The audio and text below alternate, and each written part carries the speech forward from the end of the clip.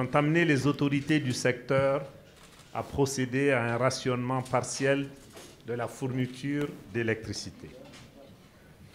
Cette situation à laquelle les consommateurs ne sont plus habitués depuis plus de 10 ans a fait naître quelques inquiétudes légitimes que les acteurs du secteur ont dissipées à travers la mise en place d'un plan de sécurisation. Mais au-delà des actions opérationnelles concrètes, une lecture dépassionnée des données clés de la situation du secteur devrait achever de convaincre les opérateurs économiques de la résilience d'un secteur stratégique qui accompagne la remarquable croissance de la Côte d'Ivoire. Aussi, le thème de notre panel est en lien avec cette crise, comme vous l'avez compris, ou comme vous l'aurez compris, mais aussi pour des crises qui pourraient subvenir. C'est pour ça que nous allons orienter nos échanges de cet après-midi plus sur l'avenir, plus sur comment optimiser la résilience que nous avons su avoir déjà au cours de cette crise de 2021, pour qu'à l'avenir, nous puissions surmonter donc ces épreuves, ces crises énergétiques qui peuvent survenir également dans le futur. Donc, je suis votre modérateur, Charles Amadou. Je suis président de la commission gouvernance, éthique et responsabilité sociétale de la CGC, chef d'entreprise. Et pour animer donc notre panel de cet après-midi, je vais vous présenter nos distingués panélistes. Je vais commencer tout de suite à ma gauche par M. Claude Coutois. Monsieur Coutois est président de la commission environnement et QHSE de la CGC. Et il est également président de Smart Innovation. À sa gauche, vous avez monsieur Serge Aoussou.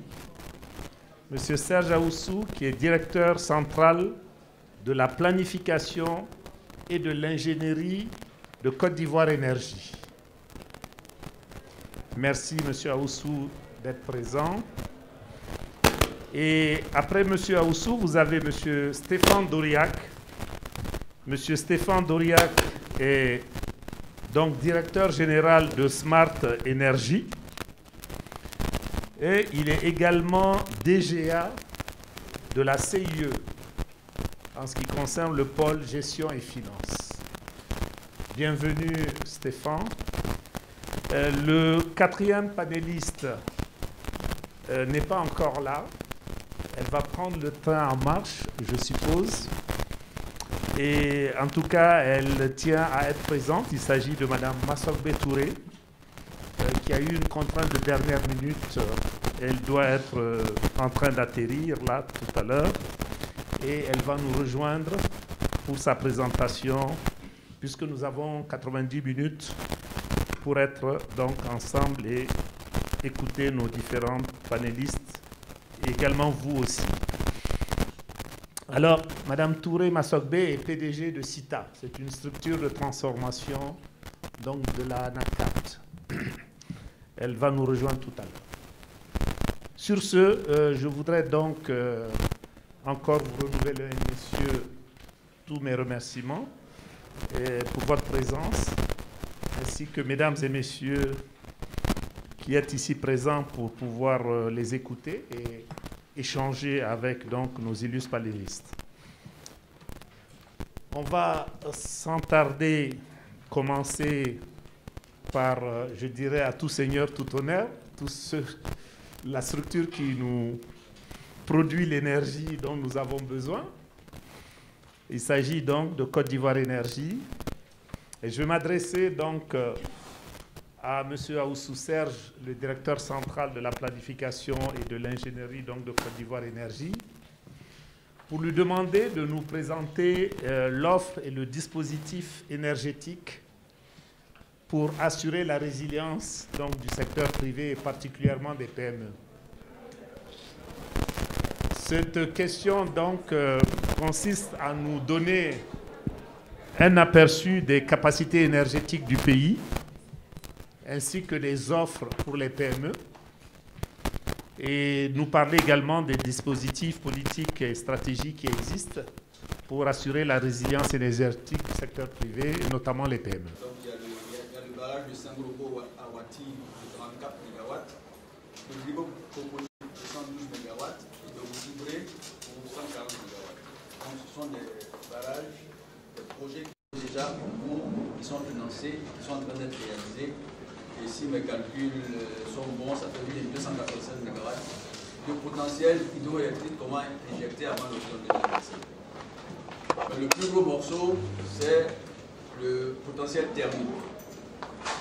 Nous allons mettre en œuvre près de 643 MW de capacité thermique supplémentaire, qui se décompose en la centrale thermique d'Azito 4 de 253 MW, la centrale thermique de Cyprel 5 pour 390 MW. Donc ça fait bien, si mes calculs sont justes, 643 MW supplémentaires de thermique. Mais voyez-vous, on n'a pas oublié ce qu'on appelle les énergies nouvelles et renouvelables, les énergies décarbonées. Parce que je pense que la Côte d'Ivoire également doit s'inscrire dans ce grand combat de réduction des gaz à effet de serre. Voilà.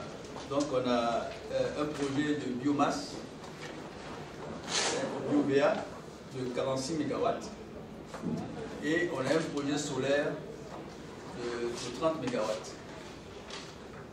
Donc, si on fait le calcul de tous ces mégawatts, on tourne autour de 1000 MW. Donc, c'est pour vraiment rassurer non seulement les PME, mais toute la population, que au niveau de l'offre,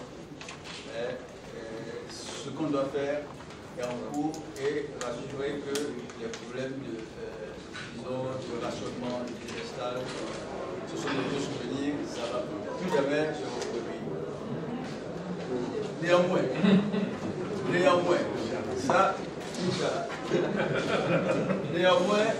Ça c'est du côté, disons, par rapport au PME, ça c'est le côté, disons, exogène.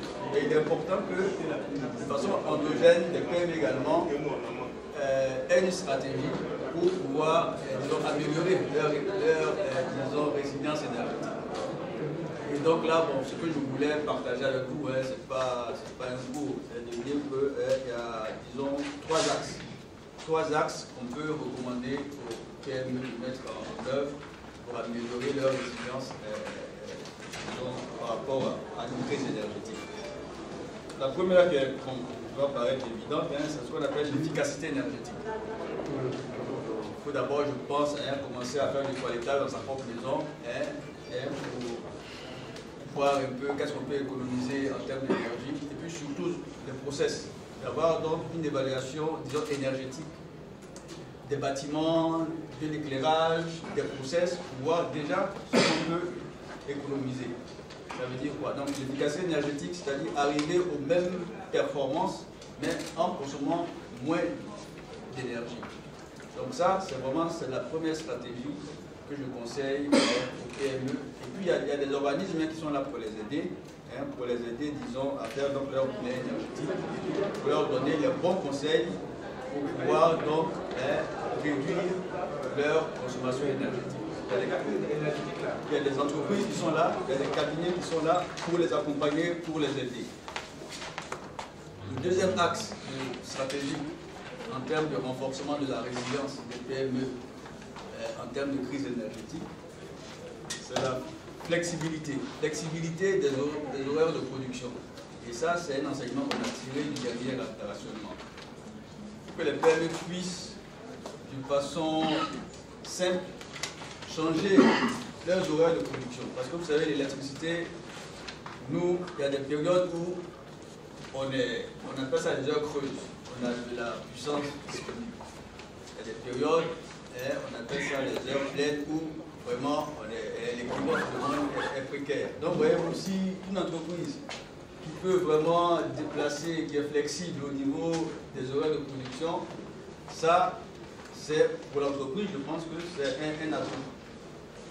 pas de rationnement, on vous dit, bon, ok, vous avez l'électricité de temps en temps, aussitôt, elle se met en marche, elle remobilise ses équipes, et puis voilà. Donc, j'invite les PME à vraiment réfléchir au niveau de cette flexibilité dans leur horaire et dans leur processus de production. Maintenant, avec les outils de digitalisation, tout ça, ça peut les aider dans ce sens-là. Mais il faut que ça cesse et qu'elles réfléchissent. Il ne faut pas dire que bon, c'est comme ça, donc tous les jours on se lève à 6 h du matin, on arrive à la PME à 8 h, on commence à travailler, on arrête à midi, on s'en va, et puis pour moi penser que c'est comme ça. Non, on est dans un monde maintenant où tu dois travailler de minuit à 6 h du matin, parce que c'est là où il y a l'énergie disponible, c'est là où l'énergie est moins chère, c'est à toi de mobiliser, d'être flexible pour pouvoir le faire. Donc le deuxième axe, après l'efficacité énergétique, c'est vraiment la flexibilité dans les horaires de production.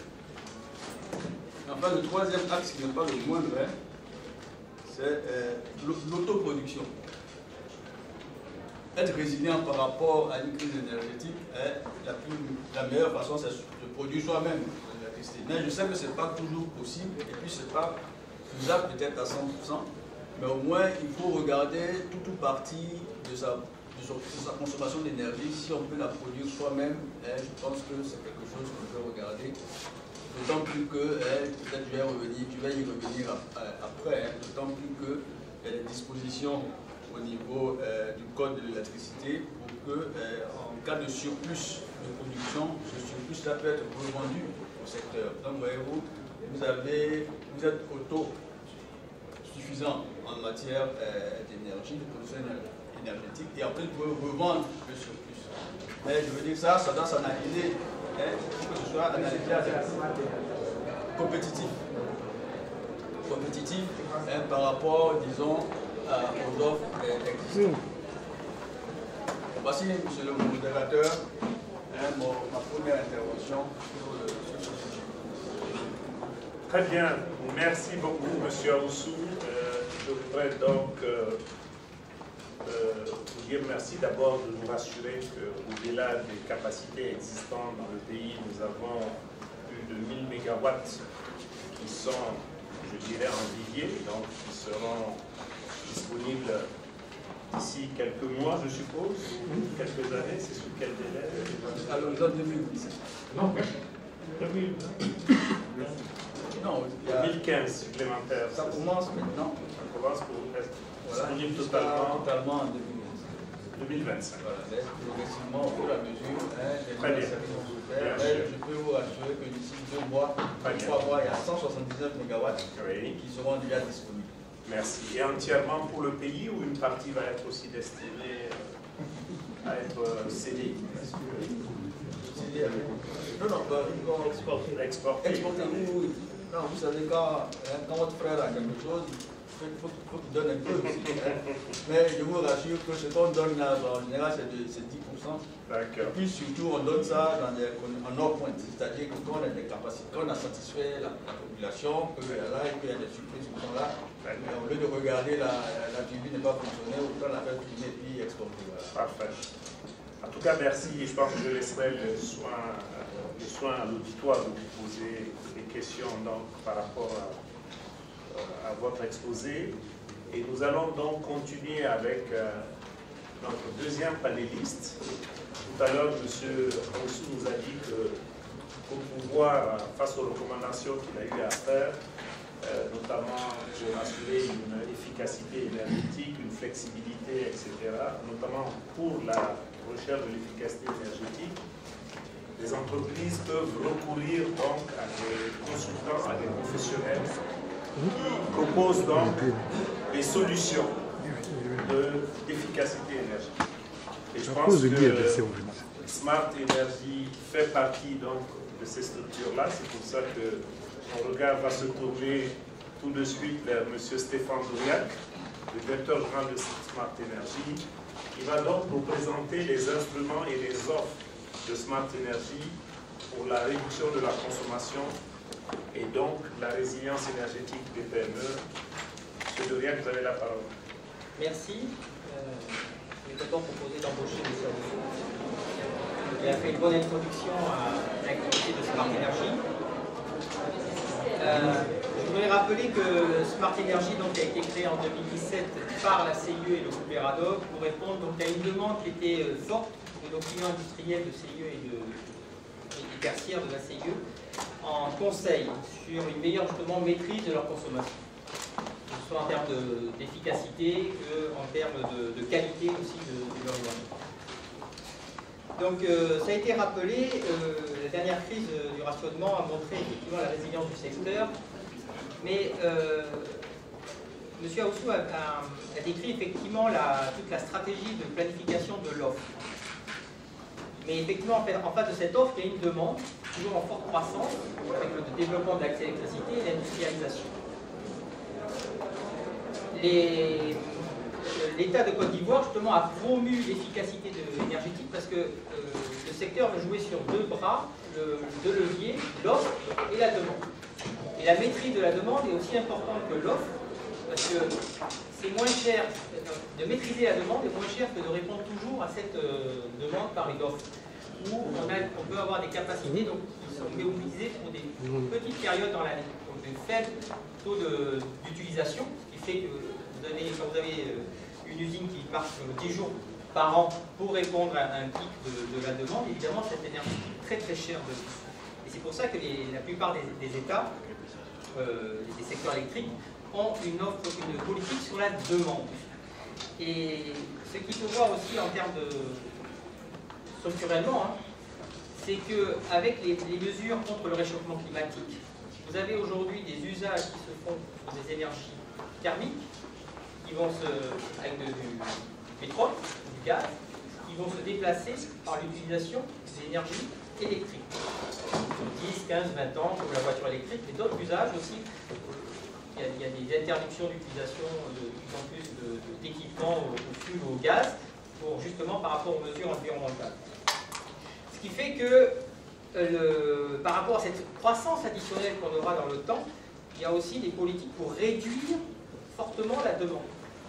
Et si je prends le bilan de la RTE en France, il mise sur 40% de réduction de la demande sur les usages actuels, tout en augmentant les usages, la demande par rapport à ce transfert des usages thermiques via l'énergie électrique. Donc effectivement, ce combat, cette démarche sur l'efficacité énergétique que doivent mener les entreprises participe à la résilience du secteur, et évidemment la résilience de l'entreprise, mais aussi la résilience d'un secteur électrique au niveau du pays. Et au niveau de la résilience, il y a effectivement pour une entreprise au niveau électrique, je pense que tout le monde l'a vu, il y a d'abord une résilience, c'est de maîtriser son budget, parce que l'autonomie, enfin la substitution à l'énergie électrique a un coût, et donc quelle stratégie met en place les entreprises pour maîtriser ces budgets électriques d'énergie, on va dire, dans le temps. Il y a aussi les mesures qu'elle prend pour faire face aux interruptions de fourniture, qui peuvent être effectivement externes ou des fois internes. Des fois aussi, les entreprises peuvent avoir des interruptions de production, en système de production, pour des problèmes internes dans leur réseau électrique. Et aussi l'énergie, la résilience doit porter aussi sur les risques que fait porter l'énergie sur les équipements ou les personnes dans l'entreprise. Et c'est sur cette résilience justement que, comme ça a été introduit par M. Aoussou, que Smart Energy travaille juste à travers notamment, pour nous la première démarche pour améliorer la résilience des entreprises sur les prix de l'énergie, c'est la démarche avec les audits. Nous, ce qu'on conseille à nos clients, la première chose à faire, c'est un audit. M. Coutois est là, il sait qu'on ne maîtrise que ce qu'on mesure. Et les audits vont répondre déjà à 4 axes dessus. C'est d'abord un audit, ça permet de dresser un état des lieux de la performance énergétique du bâtiment ou du process industriel. Souvent, l'industriel prend la facture énergétique comme une charge fatale, je dirais presque comme un impôt. Mais une facture électrique, c'est une quantité fois un prix. Et des fois, vous avez des quantités en heure pleine, en heure creuse, avec des prix, des puissances souscrites. Donc, c'est une facture un peu compliquée dessus. Et mais d'où vient cette quantité?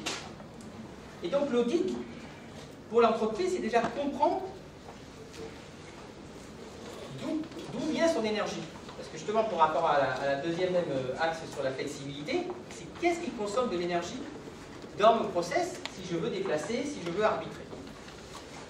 Et ce premier audit de dresser l'état des lieux, donc au niveau de l'audit, là, ça se réalise par une visite sur site, on recueille le maximum de données sur le fonctionnement des sites du process et sur l'usage de l'énergie, je vais revenir tout à l'heure dessus, l'usage de l'énergie, comment utiliser l'énergie dans l'industrie, enfin dans l'entreprise. Le deuxième audit énergétique, ce qui va vous permettre justement pour renforcer votre résilience, c'est d'identifier les solutions d'amélioration énergétique. Et dans ces actions, dans ces audits, il y a des actions qui sont sans dépenser de l'argent, sans investissement. Il y a des premières actions qui peuvent permettre de réduire les consommations d'énergie par des changements de comportement, par des ajustements de la puissance souscrite, parce que des fois les puissances qui ont été souscrites, le type d'abonnement qui a été pris n'est pas en adéquation avec l'usage qui est fait de l'énergie, parce que parfois il y a eu des augmentations de capacité et on n'a pas fait les modifications d'abonnement qui convient, et par exemple on a beaucoup de clients qui payent énormément de primes de dépassement de puissance souscrite. Quand ils ont un surcoût, par exemple, d'énergie, parce qu'il n'y a pas eu une analyse détaillée qui ont fait de leur consommation et l'adaptation de l'abonnement. Le deuxième, l'audit, permet aussi d'avoir une démarche, de mettre en place, définir une démarche d'optimisation énergétique. C'est-à-dire que vous avez beaucoup de solutions pour réduire les consommations. Et évidemment, il faut les regarder pour une entreprise. Hein. Vous avez un budget d'investissement, une obligation de résultat. C'est aussi de hiérarchiser ces actions, ces améliorations, par rapport au délai de retour, par rapport au poids que peut avoir cette action, par rapport à l'ensemble du process. Donc la démarche d'audit, outre la liste des actions d'amélioration, vous permet de vous donner une indication sur quelles sont les actions prioritaires qu'il faudrait mener.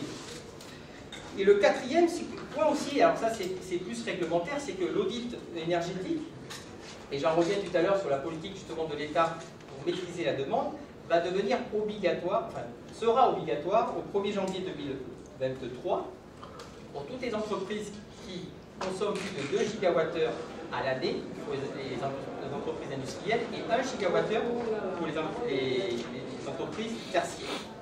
Donc c'est aussi l'audit, on va dire que l'État incite fortement, parce qu'il y a des pénalités, à faire ces audits justement pour que les entreprises aient conscience du potentiel d'efficacité énergétique, et il y a une incitation par, je dirais par une amende hélas, mais une incitation, c'est-à-dire que l'État veut promouvoir toutes les actions d'amélioration d'efficacité énergétique dont le délai de retour d'investissement est sur 2 ans. C'est-à-dire un industriel, si vraiment il y a un investissement que vous pouvez faire qui est réduit dont le coût est amorti avec 2 ans de consommation d'électricité, vous devez le faire. Donc, vous voyez bien la politique de l'État qui joue effectivement dans la planification en augmentant la capacité de l'offre, mais aussi en voulant maîtriser la croissance de la demande, parce que cette demande va être forte avec les politiques d'accès à l'électricité, l'amélioration du revenu, et une corrélation très forte entre votre revenu et votre consommation énergétique. On a souvent des clients qui découvrent que quand on installe un climatiseur dans une maison, ça augmente la facture d'électricité. Enfin, des fois on oublie qu'on a mis le climatiseur et on ne voit que l'augmentation de la facture d'électricité. Donc ces audits énergétiques, vous voyez, c'est la première étape qui permet de construire une vraie stratégie de résilience au niveau des PME. Dans les audits, il y a 2 phases, comme je l'ai dit tout à l'heure. Il y a d'abord effectivement l'état des lieux. Donc ça se passe par... comment ça se passe? Donc, on analyse votre consommation énergétique sur 1 an, sur 2 ans. On regarde, comme je dis, votre process, on regarde les courbes de charge, justement, quand est-ce que vous consommez de l'énergie, le soir, la nuit, par rapport à la puissance souscrite dessus. Et ça, on utilise notamment des systèmes de mesurage, c'est-à-dire qu'aujourd'hui, vous avez un seul système, vous avez tous un système de mesurage dans votre entreprise, c'est le compteur électrique CIE. Ce compteur électrique vous donne vos consommations au jour le jour. Enfin, si vous allez relever, vous pouvez avoir les consommations au jour le jour et vous les avez sur votre station. Au niveau de l'audit énergétique, au-delà du compteur sur le départ principal, on va déposer des instruments de mesure sur tous les départs divisionnaires, des sous-comptages divisionnaires qui permettent d'affiner la consommation par usage. Combien consomme cette machine? Combien consomme l'éclairage, combien consomme la climatisation. Ça nous permet, avec ces instruments de mesure, de vous donner la photographie justement de vos consommations électriques. Quand est-ce que vous consommez? Qu'est-ce qui consomme l'énergie à 1h du matin, à 2h du matin? Quel type d'usage vous avez de votre énergie? La deuxième phase, ça c'est la phase effectivement photographie, diagnostic, et on fait aussi, en termes d'audit, les études de dimension, enfin la vérification de la conformité des réseaux électriques avec notamment l'utilisation de la thermographie. Ce point est important parce que beaucoup de PME qui ont une croissance avec l'augmentation des équipements, souvent donc il y a eu un réseau électrique initial qui a pu être conforme et puis on a rajouté des équipements. Et on peut avoir là des dysfonctionnements, des non-conformités dans la restructuration du réseau. Et ces restructurations de réseau qui ne sont pas conformes, ça crée des points d'échauffement. Donc quand ça chauffe, quand vous avez un câble qui chauffe, c'est de l'énergie qui est gaspillée dessus.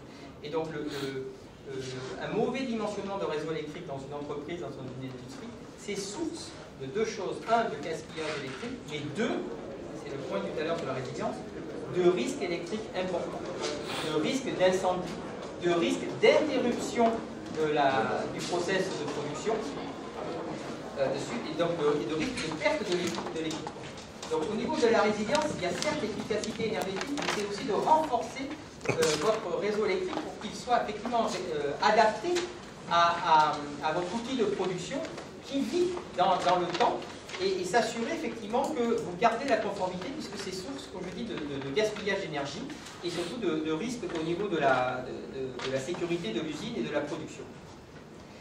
La deuxième partie, donc on mesure, on fait vos audits thermographiques, on regarde aussi quand vous avez de la climatisation. Vous savez, la climatisation, on mesure aussi le renouvellement d'air. Si vous êtes dans des bâtiments du tertiaire avec une climatisation centrale, si vous avez mal à la tête, par exemple le soir systématiquement, ben c'est que le renouvellement d'air ne se fait pas forcément très bien, qu'il y a peut-être trop de CO2 dans la pièce, et qui témoigne que, vous avez une climatisation d'abord qui consomme énormément d'énergie pour rien, qui est plus adaptée, mais en plus, qui ne joue plus son rôle dans le renouvellement de l'air. Donc vous voyez, le diagnostic d'audit est très complet sur vos consommations, sur vos réseaux électriques et sur les systèmes de climatisation, la performance de votre climatisation. Ensuite, le deuxième point de l'audit, c'est le diagnostic. C'est que là intervient justement l'expertise. Il y a une expertise de mesurage et une expertise d'analyse dessus. Donc les experts à Smart Energy, sur la base de ces données, vont vous permettre de vous situer par rapport à des benchmarks. La partie diagnostic, ce sont des experts dans les domaines du froid, des process industriels, et qui va pouvoir vous dire, mais écoutez, par rapport à votre, par exemple, si vous avez une huilerie, votre consommation électrique de votre process est supérieure à 30% de ce qui se fait normalement dans un système efficient. Donc, on a tout un référentiel de benchmark qui permet de vous situer par rapport à des situations d'efficacité. Et à partir de ces benchmarks, de ces repères, on va pouvoir justement vous proposer des solutions. Puisque si on voit que vous êtes à 30 ou à 40% d'un système efficace, là on dit, voilà ce qu'on peut faire. Et donc voilà les solutions qu'on peut engager dessus. Donc vous voyez, l'audit est très riche parce qu'il vous permet d'avoir, cette situation déjà à l'instant T de vos consommations. 2, ça vous permet de vous déterminer toutes les pistes par rapport à des benchmarks, à des référentiels, puisqu'aujourd'hui tous les métiers, tous les process industriels, il y a des référentiels. On sait combien de consommation d'éclairage on doit avoir dans une pièce au mètre carré, combien de climatisation au mètre carré dans un bâtiment, le coût énergétique du système de climatisation on doit dépenser pour un bâtiment. On sait dans un process industriel, dans un moteur qui tourne normalement de façon efficiente, combien il consomme dessus. Donc tout ça, le diagnostic va pouvoir vous donner les éléments de référence, et j'en reviens, c'est essentiel pour l'entreprise après de hiérarchiser les actions à faire en fonction des délais de retour sur investissement, des priorités qu'elle va avoir, le délai qu'elle se donne pour être efficace dessus. Donc c'est vraiment le premier point pour nous, pour la construction de cette résilience, c'est que les entreprises commencent par faire cet audit pour savoir où elles en sont et pour bâtir cette stratégie de résilience en interne dessus, même si, comme ça a été rappelé par M. Aoussi, l'État fait tout déjà pour qu'au niveau du service public, déjà on ait un service de haute qualité. La deuxième partie, une fois qu'on a fait le diagnostic, c'est quelles sont les solutions qui existent justement pour les entreprises. D'abord, je reviendrai justement sur la flexibilité. Si vous savez quand consomme par rapport aux périodes, justement, quand on a eu dans les politiques de gestion de rareté, on va dire, de l'énergie, on peut demander à des clients de s'effacer. Et ces politiques permettent de savoir de combien vous pourriez vous effacer. C'est-à-dire que l'idée, c'est pas aussi d'effacer 100%. C'est-à-dire, moi, effectivement, je peux m'effacer, s'il y a des périodes de difficulté, de 50% de ma consommation. Donc c'est une gestion, alors ça, c'est des systèmes qui se gèrent avec, contractuellement. Votre opérateur pourrait vous demander, écoutez, là, j'ai un problème, vous effacez, vous êtes capable, enfin, on le négocie avant, vous dites, moi, je peux m'effacer de telle heure à telle heure de 50% si on me le demande avec des mécanismes adéquats de compensation. Donc, la compréhension de comment mon énergie est utilisée, comment je peux la déplacer. Si je déplace, comme le dit Aoussou, j'ai une flexibilité dans mon organisation, qu'est-ce que ça va jouer sur ma courbe de charge et mon impact sur le réseau. Mais le deuxième point, donc ça c'est la flexibilité, après c'est la mise en place des solutions. Et j'arriverai en dernier par l'autoproduction. Parce qu'avant d'arriver à l'autoproduction, ou des moyens de secours, comme les groupes électrogènes, évidemment qui ne sont pas le produit de Smart Energy.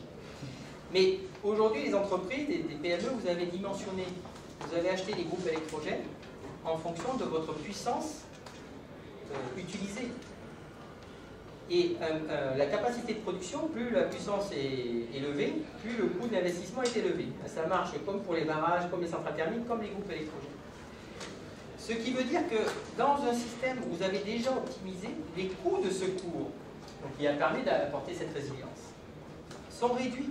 Donc avant de regarder, enfin c'est arbitrage après qu'il faut faire, mais réduire de 30 à 40% sa consommation d'énergie, sa puissance appelée par ces équipements, permet de réduire aussi, on va le voir après, la partie autoproduction ou secours. Et donc là, il y a plusieurs solutions qui sont adaptées à chaque process industriel. Si je prends tertiaire, si je prends sur les tertiaires, c'est sensiblement bien sûr les relampings, c'est-à-dire que la consommation de lampes génère chaleur et beaucoup de consommation, plus les lampes néon. Aujourd'hui, vous avez sur le marché énormément de lampes LED. Alors, il y a LED et LED, hein, donc on sait d'où ça vient. Donc il faut effectivement faire attention, puisque vous pourriez être déçu et avoir des coûts, parce que c'est un coût plus important. C'est une proposition de relamping qui permet de faire baisser le coût de lampe. Il y a la climatisation. Souvent, vous êtes payé 50% plus cher, mais vous allez avoir une consommation beaucoup plus, qui peut baisser jusqu'à 75%. Donc, je ne citerai pas les marques, mais il y a j'en parlais tout à l'heure aussi, parce qu'il y a dans l'efficacité énergétique, il y a le confort, comme les lampes, d'ailleurs, les lumières, c'est un confort visuel, dessus, ça se mesure. Donc la climatisation, c'est aussi un confort dessus, et avec des consommations, des réductions de consommation très importantes. Il n'y a pas de rupture ou de dégradation. Et vous voyez, tout ça, ça demande aujourd'hui une expertise pour modéliser les flux d'air dans une pièce, dans l'isolation de la pièce, le dimensionnement, quelle est la source de chaleur qui est dégagée pour savoir comment on positionne le froid, pour qu'effectivement il y a cet équilibre. Donc ça demande une expertise, et quand vous ne le dimensionnez pas, eh bien, vous faites énormément de froid pour essayer de baisser la température, et quand vous faites du froid, vous consommez énormément de l'énergie. Nous avons aussi des solutions sur des équipements de stabilisation économiseurs. La tension qui est à 400 volts et peut être à plus ou moins 10%. Les stabilisateurs permettent de rabaisser la tension à 400 volts, et en rabaissant la tension à 400 volts, on peut faire des économies jusqu'à 18% de consommation de l'ensemble des usages des équipements. Donc on a ces équipements qui stabilisent le coût, donc qui renforcent la sécurité du process industriel de la PME, et en plus vous permet de faire des économies. Il y a un autre point qui est important pour les process industriels. 60% de la consommation dans les process industriels viennent des moteurs. 60% de la consommation électrique dans un process industriel moins que l'usine est aussi climatisée, hein, mais bon, là ça va peut-être baisser un peu. Mais si elle n'est pas climatisée, juste ventilée, ah, peut-être bon, c'est un labo, 60% viennent des moteurs. Et aujourd'hui, vous avez des moteurs qui n'ont pas de variateur de vitesse. Et donc aujourd'hui, il y a des équipements qui permettent de donner cette de rajouter ces variateurs de vitesse, donc d'amener de l'intelligence au moteur, et qui va permettre d'adapter la consommation, la charge du moteur à l'effort qu'on lui demande, et donc d'arrêter de tourner à fond, et donc de réduire sa puissance, et donc réduire la consommation. Et là aussi, pour les PME qui peuvent avoir hérité de process industriels, de machines qui peuvent avoir 20 ans, 30 ans ou 40 ans, il y a des solutions pour s'adapter sans renouveler tout l'équipement, mais en mettant ces systèmes qui permettent de réduire la puissance consommée par ces moteurs dessus. Mais là aussi, le conseil d'audit est important, c'est justement en phase d'investissement. Parce que souvent, on nous appelle trop tard. Quand vous avez choisi l'équipement, c'est là où il faut se poser des questions entre les différents types d'investissements. Parce que c'est un choix, comme je disais, comme pour la climatisation, vous pouvez avoir différents équipements, mais qui ont des efficacités différentes. Et il faut introduire dans vos calculs de retour d'investissement cette consommation que vous allez avoir sur la durée de vie de la machine dessus. Et là, j'en reviens dessus, c'est qu'il y a un point important, mais je ne l'ai pas mis d'abord, mais c'est pour faire comprendre justement l'importance, c'est que dans l'audit vous permet de faire une photo en instantané grâce à nos instruments de mesure que nous posons sur tous vos départs. Et pour maîtriser dans le temps vos consommations d'énergie, ces systèmes aujourd'hui de mesurage, il faut pouvoir les acquérir. Parce que c'est bien de faire une photo en instantané. Vous allez prendre des mesures, et comment vous allez mesurer l'impact de ces mesures de changement de comportement, de remplacement d'investissement sur la consommation. Ces équipements de système de mesure vont vous permettre d'assurer le contrôle et la maîtrise de votre consommation d'énergie dans le temps. Parce que vous aurez un tableau de bord qui va vous donner, vous allez définir vos référentiels, vos plages horaires, vous allez pouvoir regarder si la climatisation est bien éteinte à 18 h et qu'elle ne fonctionne pas toute la nuit et tous les week-ends dessus. Vous allez pouvoir mesurer justement le coût des dysfonctionnements, c'est-à-dire des mauvais usages qu'on peut faire de l'électricité. Et donc aujourd'hui, c'est un système qui ne donne pas une économie immédiate, mais il vous permet de faire ces économies. Et j'en arriverai maintenant qu'on a fait ça.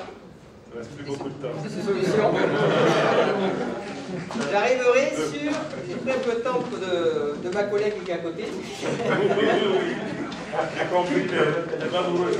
C'est effectivement la partie autoconsommation. Au niveau de la Côte d'Ivoire, nous avons deux types d'autoconsommation qu'on peut développer en dehors des groupes électrogènes qui coûtent extrêmement cher dans la durée, ce n'est pas périn dessus. C'est effectivement le solaire et la biomasse. Donc j'avais ma collègue qui était dans l'anacarde, peut-être qu'il y avait des déchets d'anacarde qui auraient pu être utilisés pour faire de l'énergie. Aujourd'hui, il y a des solutions de petite biomasse en autoproduction qui peuvent être développées ou avec s'il y a des surplus traités avec l'État pour revendre ces surplus. Et vous avez le solaire. Aujourd'hui, il y a alors sur le solaire, il ne faut pas se... La biomasse, vous avez l'énergie 24 h sur 24 tant que ça chauffe dessus. Le solaire, la première version du solaire qui est sans batterie, le système solaire, ça fonctionne quand il y a à 6 h du matin jusqu'à 18 h dessus.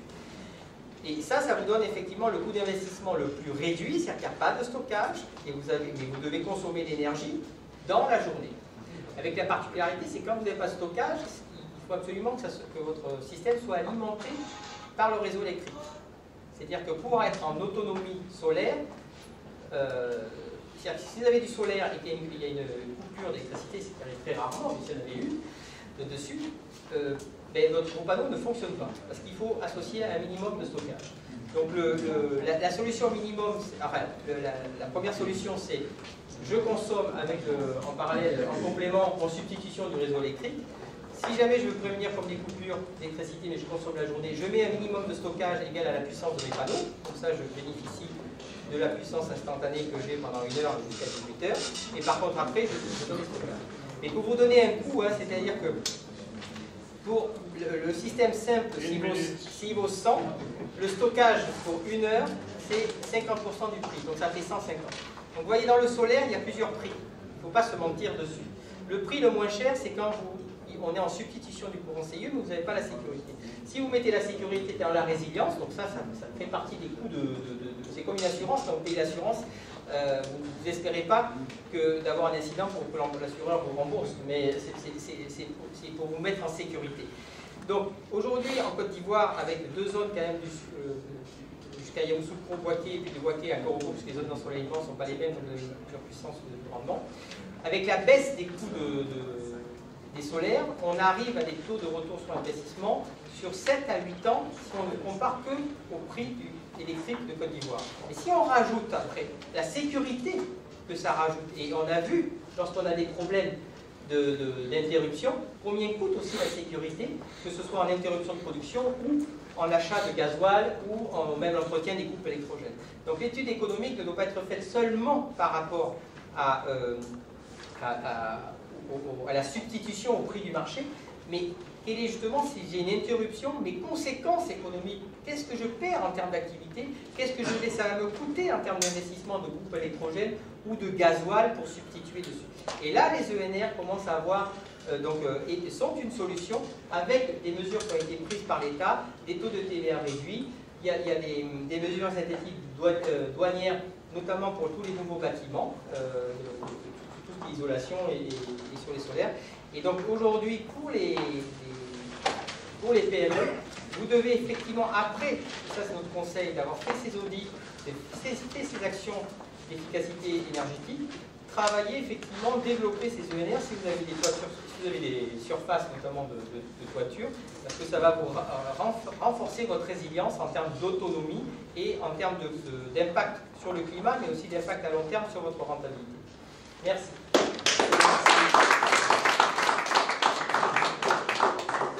Stéphane, les applaudissements prouvent que ton exposé a retenu l'attention de tout le monde et qu'on passerait encore bien quelques minutes à t'écouter, sachant que tu proposes des solutions intéressantes. Mais bon, je dirais que de toutes les façons, il faut en laisser un peu pour les questions également, parce qu'il y en aura. Et je voudrais maintenant nous annoncer donc l'exposé de Claude Coutois,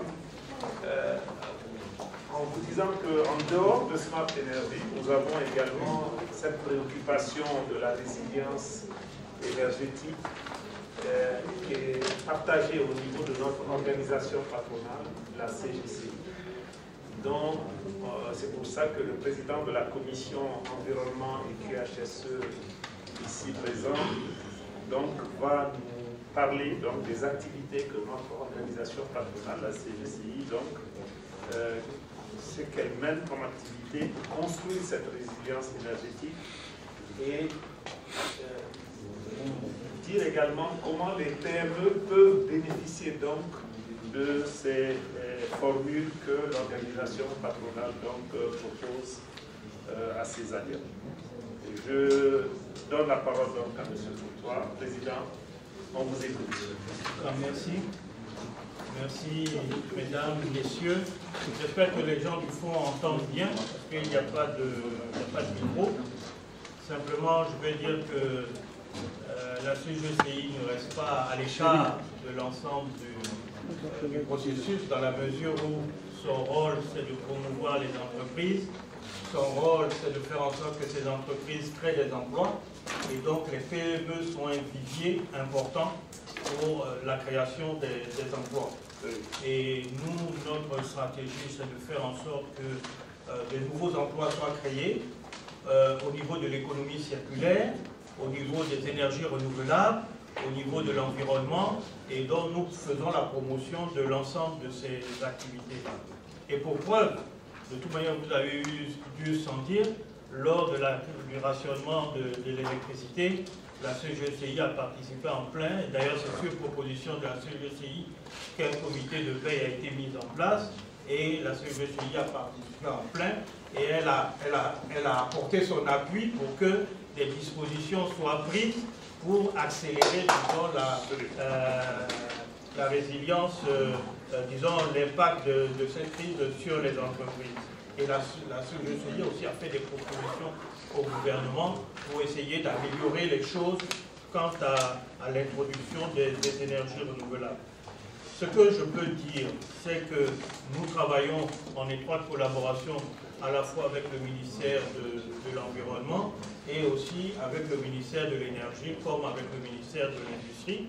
Et dans le cadre de ces échanges-là, tout ce qui concerne les lois tout à l'heure, Stéphane Doriac a parlé des audits énergétiques, il n'a pas parlé des étiquetages, etc.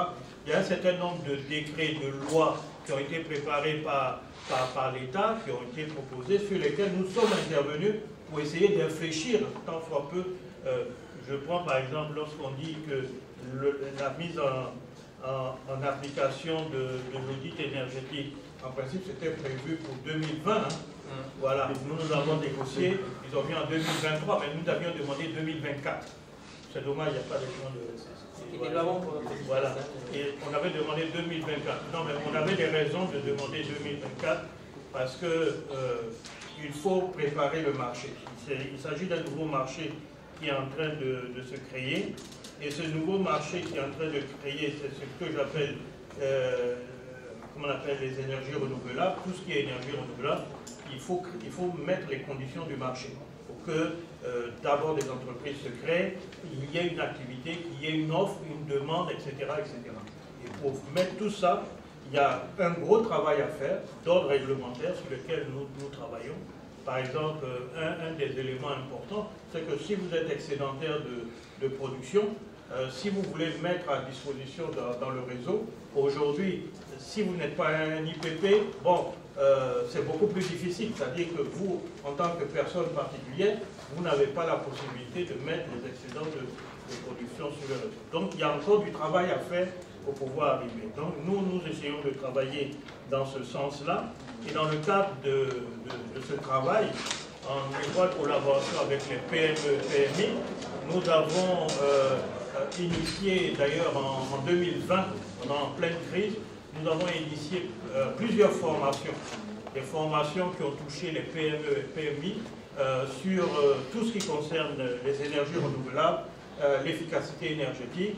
Avec 11 modules, nous avons eu à former plus de 320 personnes sur l'année 2020 et plusieurs entreprises, dont des PME, ont été formées aux audits énergétiques, aux audits ISO 50001, etc., qui ont été réalisés.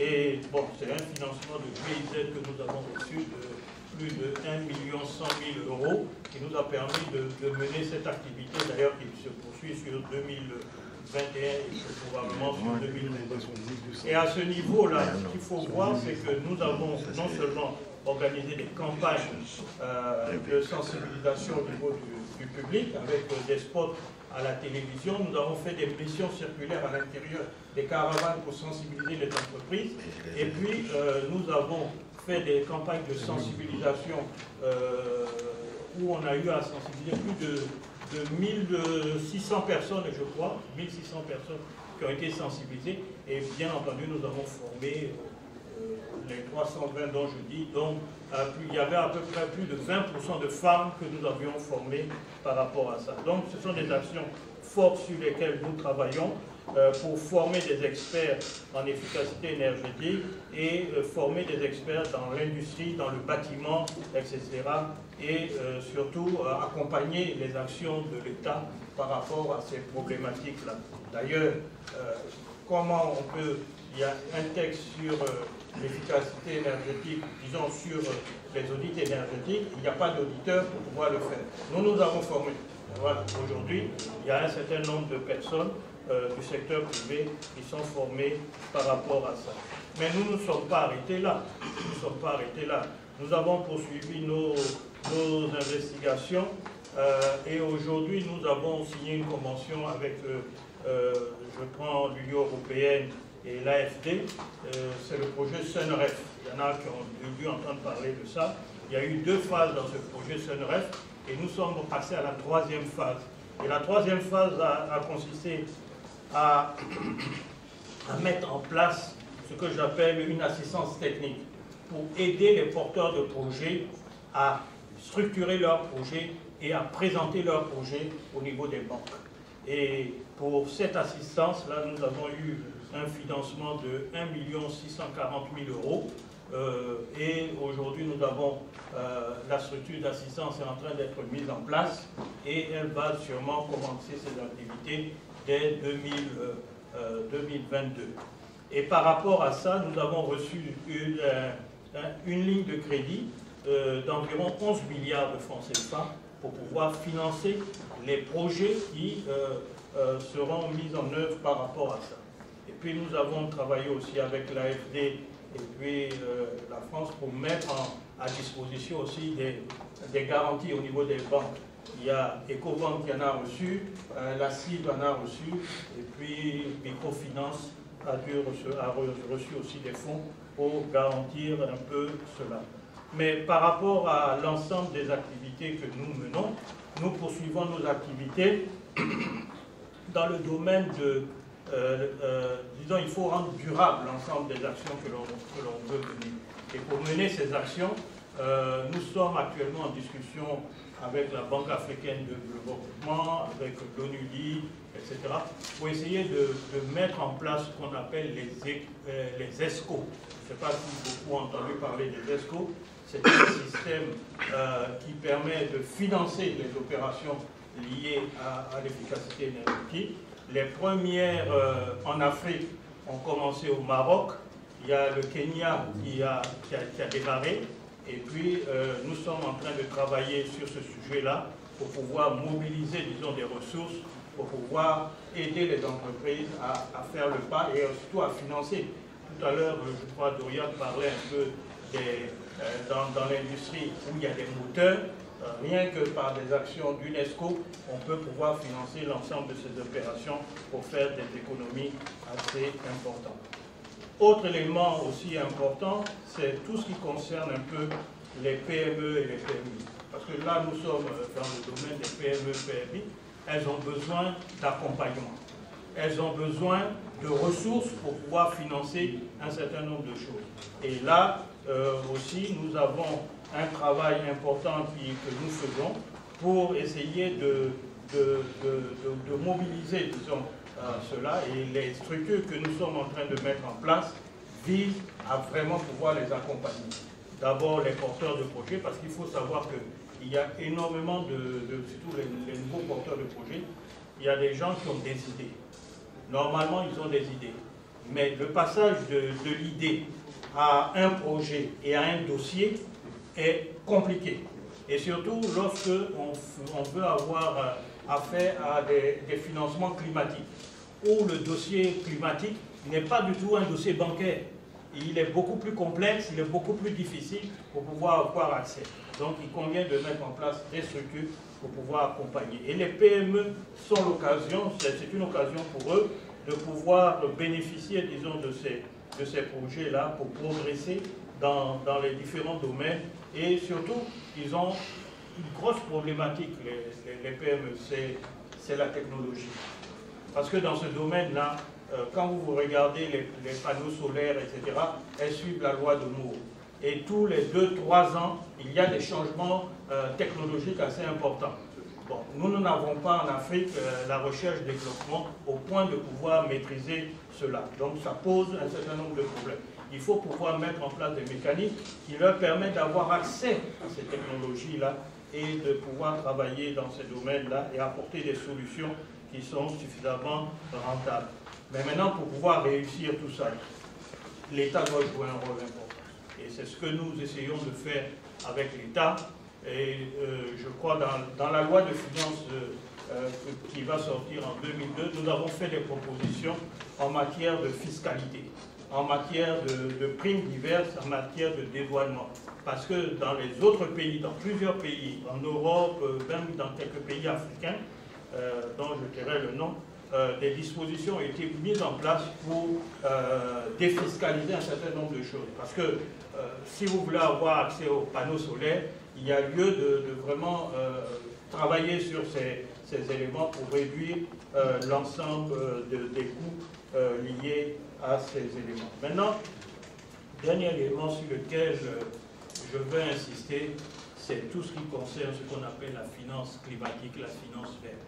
Beaucoup de gens ne connaissent pas la finance climatique et la finance verte. Ce sont des fonds qui ont été mobilisés par un certain nombre d'organes, le GCF, le Fonds mondial de l'environnement, et des montants importants, des montants importants qui ont été financés, dont les pays africains, dans la majorité, n'arrivent pas à les capter. Bon, je me suis retrouvé à la COP 21, dans les salles, j'ai vu les pays asiatiques, l'Amérique latine récupérer ces fonds pour développer leurs économies. Quand tout à l'heure on parlait de l'Indonésie, etc., ils ont récupéré un certain nombre de fonds. Ce sont des fonds qui sont à des taux intéressants, à des fonds à long terme, qui permettent véritablement de financer un certain nombre d'opérations. L'Afrique est mal dotée par rapport à ça. Mais le problème de l'Afrique, c'est un problème d'organisation.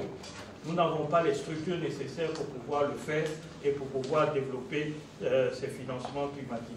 D'abord, si on regarde entre l'offre et la demande, nous ne présentons pas d'offre par rapport à ça. Il y a des faiblesses aussi, parce que même les structures bancaires ne connaissent pas, disons, la finance climatique. Les autorités politiques, administratives ne connaissent pas aussi ces éléments-là. Donc, il y a un travail de coaching, d'accompagnement que nous devons faire pour pouvoir... Déjà, nous avons organisé même des formations dans ce domaine-là, où on a été obligé de faire venir des banquiers, on a fait intervenir des sociétés de financement pour leur parler de ce principe-là, pour qu'elles essaient de prendre en compte ces principes. Nous avons aussi travaillé sur ce qu'on appelle les obligations vertes. Avec la BRVN, nous avons travaillé, parce que tous ces éléments sont des financements qu'on appelle la taxonomie, qui existent en Europe et qui sont vraiment développés et qui financent l'économie et qui financent les entreprises. Nous n'en bénéficions pas. Donc le but, c'est de mettre en place l'organisation nécessaire pour récupérer ces fonds pour aider le secteur privé. Et ça, dans quel but? C'est dans le but de réussir la transition énergétique, de réussir, de lutter contre le changement climatique et de permettre aux PME de prospérer et de vivre décemment et de surtout améliorer leur chiffre d'affaires, améliorer leur représentation, parce qu'on a besoin de champions nationaux en Côte d'Ivoire et des champions nationaux qui vont vers l'extérieur. Donc voilà sur ce que je voulais dire en quelques mots. Merci.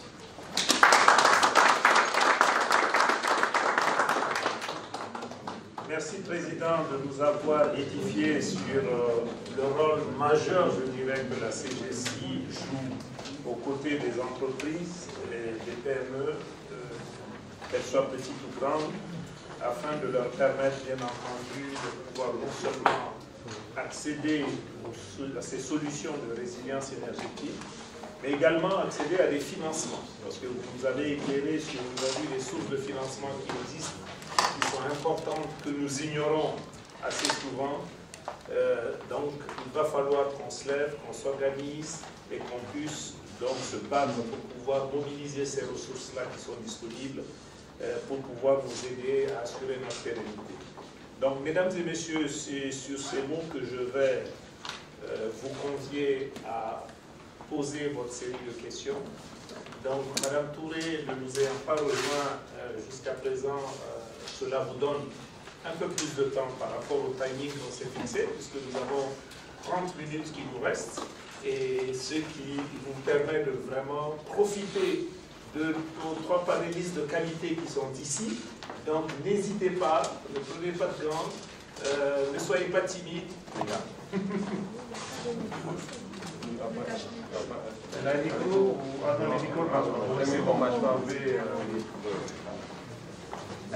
D'abord, merci beaucoup pour ces très belles interventions. Je suis Madame Sarata Touré-Koné, directrice générale adjointe de la société CITA SA, qui représente Madame Touré. Elle a été empêchée a des raisons indépendantes de notre volonté. Donc vraiment, d'abord, on tenait à présenter les excuses parce qu'elle n'est pas présente. Mais il faut noter que c'est très important, la thématique qui a été déjà développée, parce qu'en tant qu'usine, comme on dit, on n'est pas nécessairement à Abidjan, on se trouve à Oudjéné. Nous avons acheté nos machines, vraiment en ne considérant pas nécessairement la consommation d'électricité. Et ce qui a fait qu'on n'est pas aussi compétitif que par exemple les Indiens et les Vietnamiens qui ont une maîtrise parfaite de l'électricité. Il faut reconnaître aussi que l'électricité ici n'est pas moins chère. Donc c'était vraiment une problématique. Lorsque la crise du Covid nous a vraiment foudroyés, comme on le dit. Parce que c'est vrai qu'il y a eu des allégements au niveau de l'électricité, mais bon, pour une usine, c'est quelque chose de très, très, très difficile à maîtriser, surtout en milieu rural. Parce que, étant la seule usine à Oudjéné, c'est très difficile de pouvoir essayer de maîtriser tous les coûts de l'électricité. Et la machine est déjà achetée, tu ne peux rien faire d'autre que de pouvoir essayer de, comme on dit, colmater un peu les brèches ici et là. Et M. Thorac a parlé des biomasses.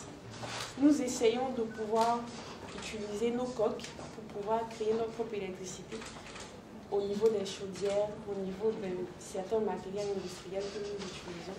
Mais ce n'est pas évident. Monsieur Claude a très bien expliqué les difficultés que nous avons vraiment face tout le temps. C'est très important de pouvoir noter ces difficultés en tant que PME. Donc c'est pour ça que je voulais me poser une question à monsieur. Allez-y, madame. Désolée pour cette longue thématique. Non, pas du tout. Ma question est vraiment posée sur les systèmes d'énergie que vous avez, par exemple, pour les usines, autres que l'audit, parce que bon, ce n'est pas toutes les entreprises qui peuvent se permettre de payer l'audit. Est-ce qu'il y a quelque chose d'autre qu'on peut faire pour pouvoir être au courant qu'on achète une machine? Ah, bon, voilà, faire une consommation d'électricité. Est-ce qu'il y a des indicatifs?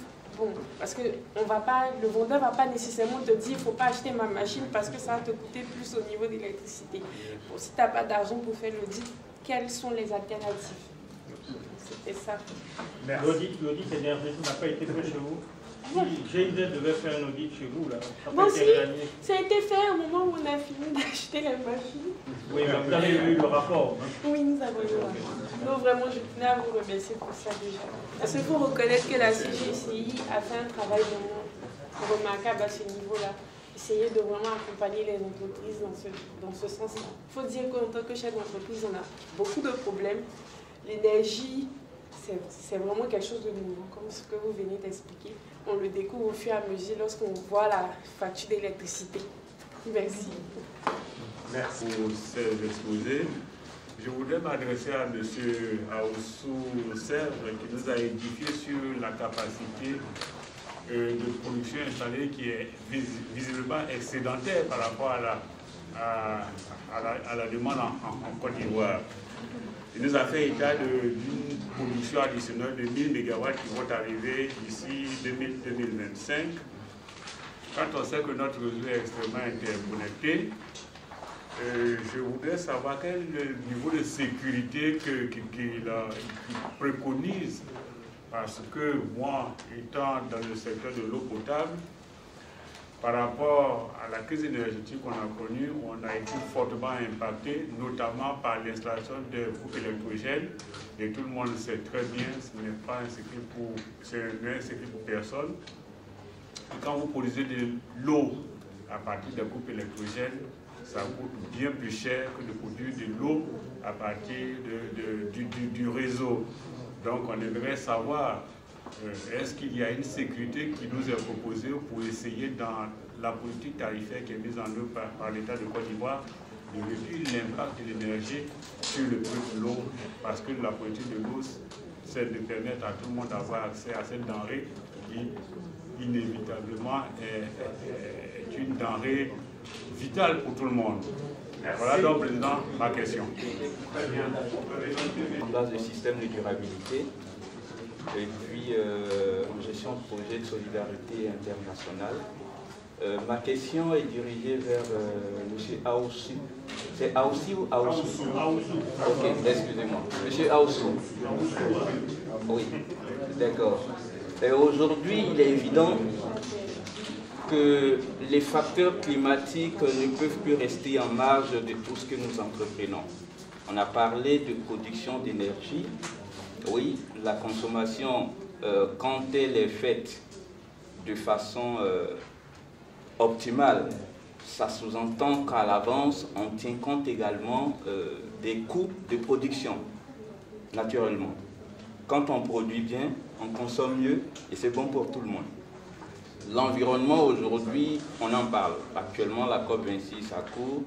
Les énergies renouvelables, tout le monde dit oui, il le faut. Je ne suis pas contre. Les énergies à partir, la production d'énergie à partir du thermique, par exemple, il en a fait qu'à tout à l'heure. Et moi, j'ai en tête encore les chiffres qu'il a avancés. Je vois un véritable décalage entre l'investissement qui est fait. Peut-être vous me direz juste après, est-ce que c'est parce que les énergies renouvelables, en termes de production, en énergie, est-ce que ça coûte plus cher que peut-être le thermique? Si c'est ce qui justifie peut-être la différence que je conçois là, dans vos chiffres. Ce qui est investi pour le renouvelable est très peu, comparé à ce qui est pourtant thermique et qui, à long terme, n'est pas une source d'énergie durable, comme on le dit. Qu'est-ce qui justifie cette approche-là? La résilience part de là déjà. Il faut déjà se détacher de ce qui n'est pas durable. Très bien. Merci, on va s'arrêter là. Je ne suis pas sûr que le budget conseil par rapport à l'investissement que vous avez réalisé est une commune mesure.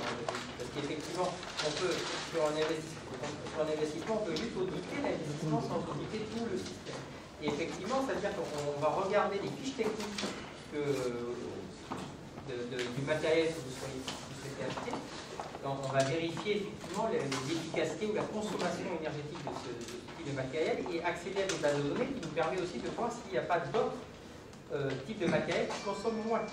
Là, vous allez peut-être acheter une machine, on va justement voir si dans cette machine, les moteurs, est-ce qu'il y a des variateurs? S'il n'y a pas de variateurs sur ces moteurs, ça veut dire que c'est des moteurs qui vont tourner à plein régime dessus, donc vous allez avoir une grosse consommation d'électricité.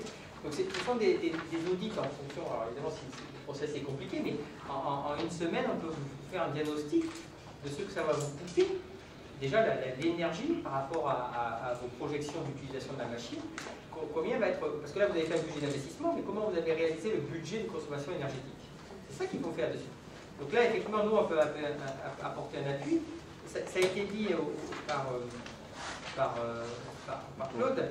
Je pense que dans ces démarches aussi, on peut trouver des financements pour appuyer les entreprises si effectivement il y a des points de difficulté pour financer. Hein, mais je rappelle, la Smart Energy, ce sont des expertises ivoiriennes qui nous développons dessus. Donc, je veux dire que c'est tout à fait adapté au marché local.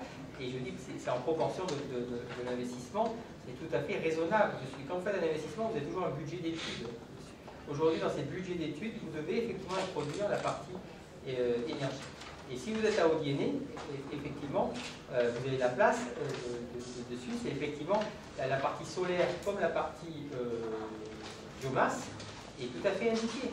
Et vous êtes en zone prioritaire. Enfin, il y a beaucoup de dispositifs sur lesquels vous pourriez bénéficier de tout l'accompagnement pour développer cette autonomie ou en tout cas une grande capacité d'autoproduction pour réduire, pour maîtriser votre facteur énergétique. Hein, parce que pas de solaire, une biomasse, c'est pas grave non plus, mais au moins vous avez la continuité et le budget fixe. Parce que quand vous êtes en autoproduction et que vous maîtrisez votre biomasse, vous avez quasiment le prix de l'électricité qui est fixe dans le temps, parce que c'est vos propres investissements. Alors que quand vous êtes dépendant du secteur, sur 15 ans, il y a forcément un monde de l'inflation.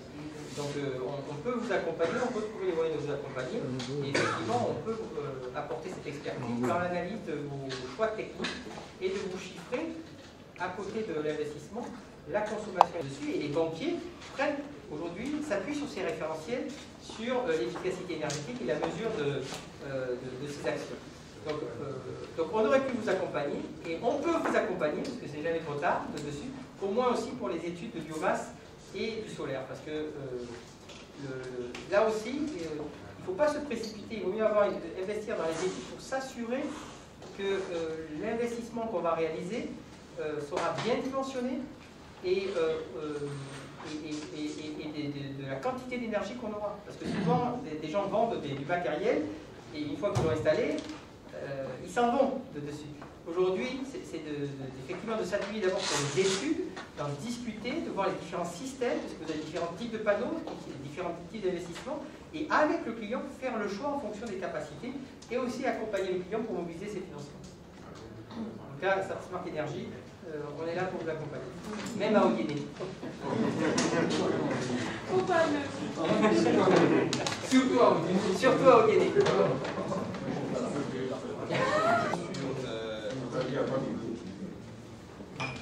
Ce micro, c'est pour la caméra.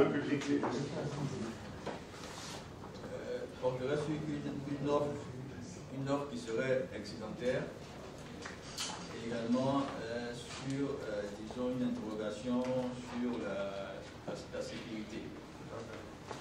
En fait, les deux aspects de la question se rejoignent. Premièrement, l'offre, je ne peux pas dire que l'offre est excédentaire directement en comparant, disons, la puissance installée à la demande. Il faut plutôt comparer, disons, la demande